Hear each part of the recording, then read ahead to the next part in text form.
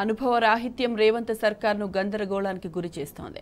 తాజా పరిణామాలు కాంగ్రెస్ పరిపాలకులకు పాలనపై ఇంకా పట్టు చిక్కలేదని సంకేతాలను ఇస్తున్నాయి. సీనియర్ అధికారుల మధ్య జరుగుతున్న ప్రచ్ఛన్న యుద్ధం ప్రభావంతో వెలువడుతున్న నిర్ణయాలు సైతం రాష్ట్ర సర్కార్ను ఇరకాటంలో పడేస్తున్నాయి.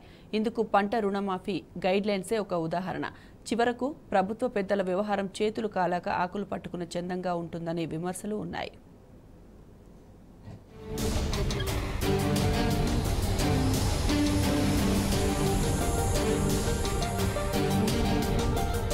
పంట రుణమాఫీ కోసం వ్యవసాయ శాఖ ఇచ్చిన గైడ్లైన్స్ అస్పష్టంగా ఉన్నాయనే ఆరోపణలు వినిపిస్తున్నాయి. తెలుగులో వెలువడిన జీవో ఉత్తర్వుల్లో ఉపయోగించిన పదజాలం ప్రజలను అయోమయానికి గురి చేస్తోందని విమర్శలు వెల్లువెత్తుతున్నాయి. ఆరోగ్య భద్రత కార్డు ఆధారంగా రైతు కుటుంబాలను గుర్తిస్తామనడం వివాదాస్పద అంశమైంది. ప్రధాన పత్రికలన్నీ ఇదే అంశాన్ని పతాక శీర్షికను ప్రచురించాయి. ఫలితంగా కార్డు లేని వాళ్లు పంట రుణమాఫీ పరిధిలోకి రారన్న వాదన ప్రజల్లోకి వెళ్లింది. దీంతో అనివార్యంగా గందరగోళ పరిస్థితి తలెత్తింది. సీఎం రేవంత్ రెడ్డి, వ్యవసాయ మంత్రి తుమ్మల నాగేశ్వరరావు హుటాహుటిన స్పందించి ఉన్నపళంగా స్పష్టత ఇవ్వాల్సి వచ్చింది. రుణమాఫీకి ఆహార భద్రత కార్డు తప్పనిసరి కాదని సవరించాల్సి వచ్చింది. కాగా జీవో మార్గదర్శకాలు తయారయ్యే క్రమంలోనే ఒక్కొక్క నిబంధనను కూలంకషంగా చదివి ఏవైనా మార్పులుంటే సూచించాల్సిందిగా సీఎంఓకు వ్యవసాయ మంత్రిత్వ శాఖ ఫైలును పంపించింది. వాటిని క్షుణ్ణంగా పరిశీలించి ముఖ్యమంత్రికి సవివరంగా చెప్పి తమకు స్పష్టత ఇవ్వాల్సిందిగా మంత్రి తుమ్మల సీఎంఓ అధికారులను 1-2 సార్లు కోరినట్లు సమాచారం. అప్పుడు నిర్లక్ష్యంగా వ్యవహరించి తీరా ఉత్తర్వులు వెలువడ్డ తర్వాత స్పష్టత పేరిట హడావిడి చేయడం విడ్డూరమనే టాక్ ఉంది. ఇది ముమ్మాటికి సీఎంఓలోని అధికారుల వైఫల్యమనే అభిప్రాయాలు సచివాలయ వర్గాల్లో వినిపిస్తున్నాయి.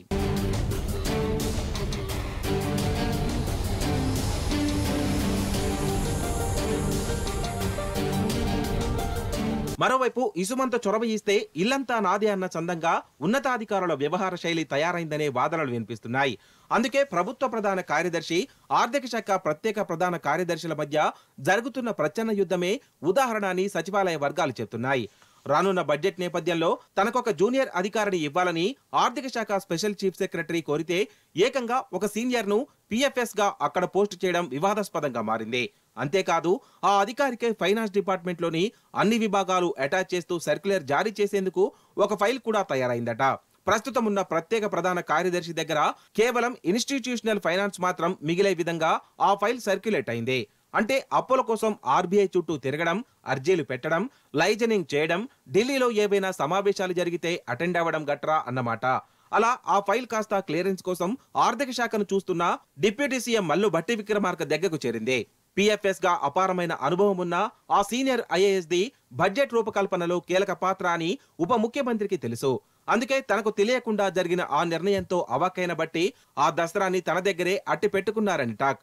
కాగా ప్రధాన కార్యదర్శికి, ఆర్థిక శాఖ ప్రత్యేక ప్రధాన కార్యదర్శికి మధ్య గత కొద్ది నెలలుగా జరుగుతున్న ప్రచ్ఛన్న యుద్ధమే ఇందుకు నేపథ్యం అనేది ఆర్థిక శాఖ వర్గాల ఉవాచ.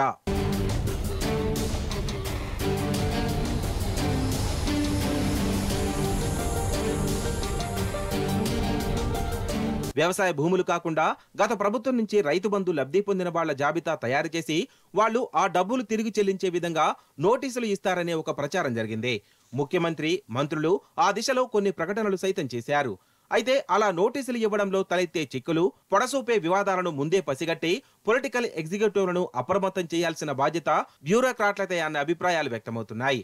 అటు పంట రుణమాఫీ విషయంలో ముఖ్యమంత్రి కార్యాలయ అధికారుల అవగాహన రాహిత్యం, ఇటు ఉప ముఖ్యమంత్రికి తెలియకుండానే ఆర్థిక శాఖలో మరో అధికారికి అన్ని సబ్జెక్టులు కేటాయిస్తూ ఫైలును సర్క్యులేట్ చేయడం, రాజకీయ కార్యనిర్వాహకునికి సరైన సమయంలో అవసరమైన సలహాలు ఇవ్వలేకపోవడం ప్రభుత్వానికి 2 కళ్ల లాంటి పొలిటికల్, రియల్ ఎగ్జిక్యూటివ్ల వైఫల్యాలను ఎత్తిచూపుతున్నాయనేది విమర్శకుల వెర్షన్.